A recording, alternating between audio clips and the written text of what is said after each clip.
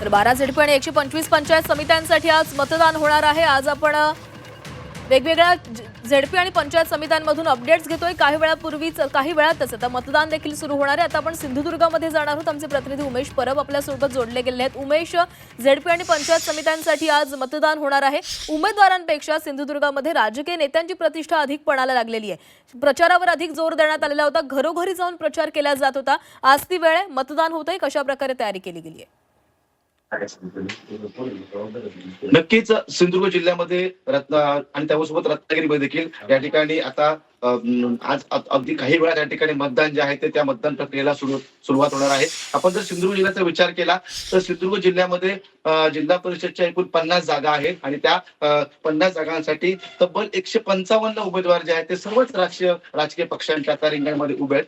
आणि विशेषतः आपण जर बघितलं असेल, जेव्हापासून अगदी ही जिल्हा परिषदेची निवडणूक जाहीर झाली, जरी कालावधी कमी भेटलेला असला तरी देखील प्रचार यंत्रणा जी आहे ते मोठ्या प्रमाणात पाहायला मिळेल। विशेषतः भाजपकडनं या ठिकाणी जो प्रचार आहे तो मोठ्या प्रमाणात करण्यात आला। अगदी आपण बघितलं तर महायुतीचे एकनाथ शिंदे यांची देखील आपण पुण्यामध्ये सभा पाहिली, तर दुसरीकडे जे पालकमंत्री आहेत नितेश राणे त्यांच्या माध्यमातून देखील संपूर्ण सिंधुदुर्ग जिल्ह्यामध्ये अगदी प्रत्येक जिल्हा परिषद मतदारसंघामध्ये सभा घेण्यात आल्या होत्या।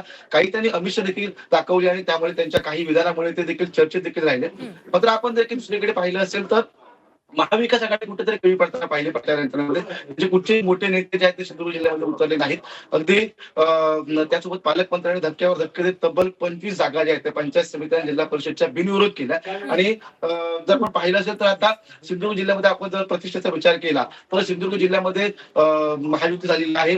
एकीकडे राणेचे दोन्ही पुत्र जे आहेत ते आपापल्या उमेदवारांचा प्रचार करताना पाहायला मिळतात। मात्र कुठेतरी जर आपण प्रतिष्ठेचा विचार जर केला तर माजी आमदार वैभव नाईक यांची प्रतिष्ठा जी आहे ती पडायला लागलेली आहे। कारण महायुती झालेली आहे मात्र महाविकास आघाडी होताना कुठे दिसली नाही। जे काँग्रेस आहे त्यासोबत जे शरद पवारांचे राष्ट्रवादी आहेत ते वेगवेगळे लढताना पाहायला मिळतात।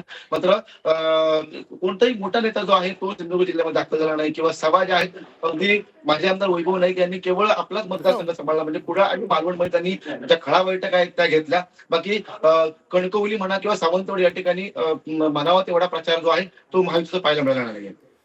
नक्कीच उमेश, धन्यवाद दिलेल्या सविस्तर माहितीसाठी।